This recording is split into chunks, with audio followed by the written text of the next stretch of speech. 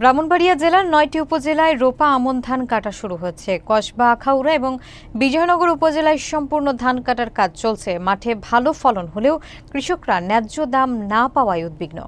উপজেলা কৃষি কর্মকর্তা আয়েশা আক্তার জানিয়েছেন, আবাদ লক্ষ্যমাত্রা ছাড়িয়েছে এবং সরকারি প্রণোদনা দেওয়া হয়েছে। বিস্তারিত দেখুন সবুজ খান জয়ের প্রতিবেদনে। ব্রাহ্মণবাড়িয়ার কসবা, আখাউড়া এবং বিজয়নগর সহ জেলার বিভিন্ন এলাকায় রোপা আমন ধানের কাটা শুরু হয়েছে। কসবা উপজেলায় এই মৌসুমে মোট ১৫,০০০ হেক্টর জমিতে ধান আবাদ করা হয়েছে, যার মধ্যে হাইব্রিড ও উফশি ৯,৩৩৬ হেক্টর এবং স্থানীয় জাতের ধান ২,৭৩৫ হেক্টর। এবছর আবাদ গত বছরের তুলনায় ২৩৬ হেক্টর বৃদ্ধি পেয়েছে। উপজেলা কৃষি কর্মকর্তা আয়েশা আক্তার আশা প্রকাশ করেছেন যে চলতি মৌসুমে উৎপাদন আরও ভালো হবে। সরেজমিনে বিনাউটি, হাজিপুর, গোপীনাথপুর, খাড়েরা, কুটি চারগাছ, বায়েক, কায়েমপুর, মেহারি এবং পৌর এলাকার বিভিন্ন স্থানে কৃষকরা হারভেস্টার মেশিন এবং শ্রমিক দিয়ে ধান কাটছেন। মাঠে ফলন ভালো হলেও বাজার দর স্বাভাবিক থাকায় কৃষকরা দুশ্চিন্তায় রয়েছেন। তারা জানান, ধান কাটার খরচ অনেক বেড়ে গেছে।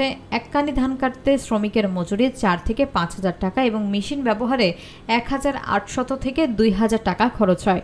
কৃষক দল নেতা আব্দুল বাকির মিয়া উল্লেখ করেছেন, শ্রমিক সংকট এবং খরচ বৃদ্ধি অনেক জায়গায় ধান কাটার কাজে বাধা সৃষ্টি করছে।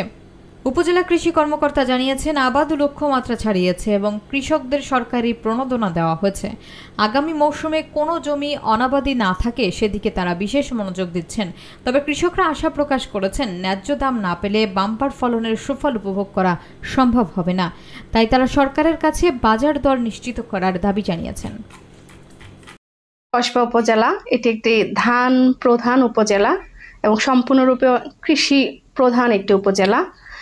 এই উপজেলায় চলতি আমন মৌসুমে আমাদের ১২,২১৬ হেক্টর জমিতে আমন ধান আবাদের লক্ষ্যমাত্রা ছিল। আমরা লক্ষ্যমাত্রার শতভাগ আমন ধান আবাদ অর্জন করতে পেরেছি। যদি চিন্তা করি তাহলে বিগত অর্থ বছরে আমাদের আমন আবাদ হয়েছিল ১১,৮৯০ হেক্টর জমিতে। সেই তুলনায় এই অর্থ বছরে আমাদের ২২৬ হেক্টর জমিতে আমন আবাদ বেশি হয়েছে। এর মধ্যে আমাদের এবছর আবাদের মধ্যে সবচেয়ে বেশি আমাদের আবাদ হয়েছে উচ্চ ফলনশীল আমন ধানের জাত, যেটি হয়েছে ৯,৩৭৬ হেক্টর জমিতে। এখানে স্থানীয় জাতের আমন হয়েছে ২,৭৩৫ হেক্টর জমিতে এবং হাইব্রিড জাতের আমন ধান হয়েছে ১৫ হেক্টর জমিতে। তো এই বছরের আবহাওয়া কৃষির জন্য আমন ধানের জন্য খুবই অনুকূলে ছিল। মাঠে আমন ধানের বাম্পার ফলন হয়েছে। এখন আমন ধান কর্তন কার্যক্রম চলছে। আমনের বিশেষত উফশি আমন জাতগুলো আমরা বেশ কিছু নতুন জাতের প্রবর্তন এই উপজেলায় ঘটিয়েছি, যার ফলে গতানুগতিক জাতের তুলনায় আমাদের আমন ধানের ফলন এই বছর আমরা অনেক বেশি পেয়েছি। আমাদের কৃষকরা খুশি। বর্তমানে এই উপজেলায় ৩০টি কম্বাইন হারভেস্টার আছে। এই হারভেস্টারগুলো দিয়ে আমন কর্তন চলছে।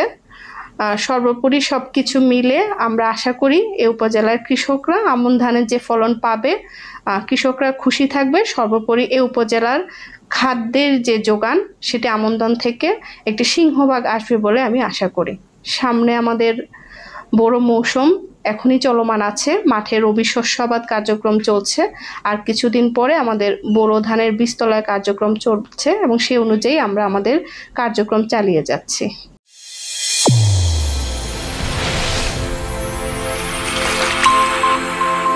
চ্যানেল A1 হৃদয়ের স্পন্দন।